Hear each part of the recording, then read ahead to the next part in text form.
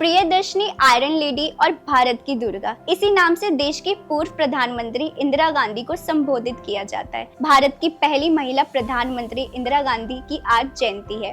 19 नवंबर 1917 में इंदिरा गांधी का जन्म पंडित जवाहरलाल नेहरू के घर में हुआ था। पंडित नेहरू देश के पहले प्रधानमंत्री थे। इंदिरा गांधी हमेशा अपने पिता के कंधे से कंधा मिलाकर चलती रही। महज 11 साल की उम्र में इंदिरा गांधी ने ब्रिटिश शासन के खिलाफ बच्चों की वानर सेना बनाई थी। पंडित जवाहरलाल नेहरू के बाद इंदिरा ने पिता की राजनीतिक विरासत संभाली और देश की पहली महिला प्रधानमंत्री बनी।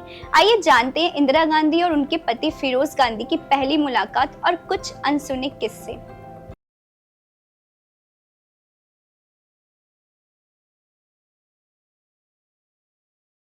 कहा जाता है कि फिरोज और इंदिरा की मुलाकात मार्च 1930 में हुई थी। तब आजादी की लड़ाई के दौर में एक कॉलेज के सामने धरना दे रही इंदिरा गांधी की मां कमला नेहरू बेहोश हो गई थी। तब फिरोज गांधी ने उनकी देखभाल की थी।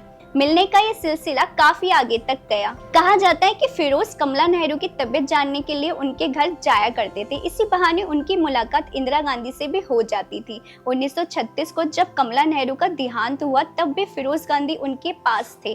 फिरोज गांधी के भीतर सेवा और संवेदना का अपनापन था। यही वजह थी कि युवा इंदिरा उनकी ओर आकर्षित हुई।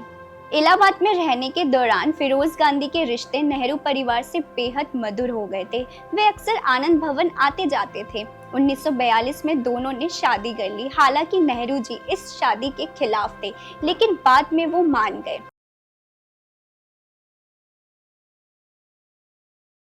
मशहूर पत्रकार इंदर मल्होत्रा बताते हैं कि 1959 में जब इंदिरा ने केरल में कम्युनिस्ट सरकार को गैर संवैधानिक तरीके से गिराया तो मियां बीवी में जबरदस्त झगड़ा हुआ। इंदर कहते हैं कि उस शाम को फिरोज मुझसे मिले। उन्होंने कहा कि इससे पहले कि लोग तुम्हें बताएं, मैं तुम्हें बताता हूं कि हमारे बीच तेज झगड़ा हुआ है और आज के बाद मैं कभी प्रधानमंत्री के घर पर नहीं जाऊंगा। उसके बाद वो वहां कभी नहीं गए। जब उनकी मौत हुई तभी उनके पार्थिव शरीर को 3 मूर्ति ले जाया गया।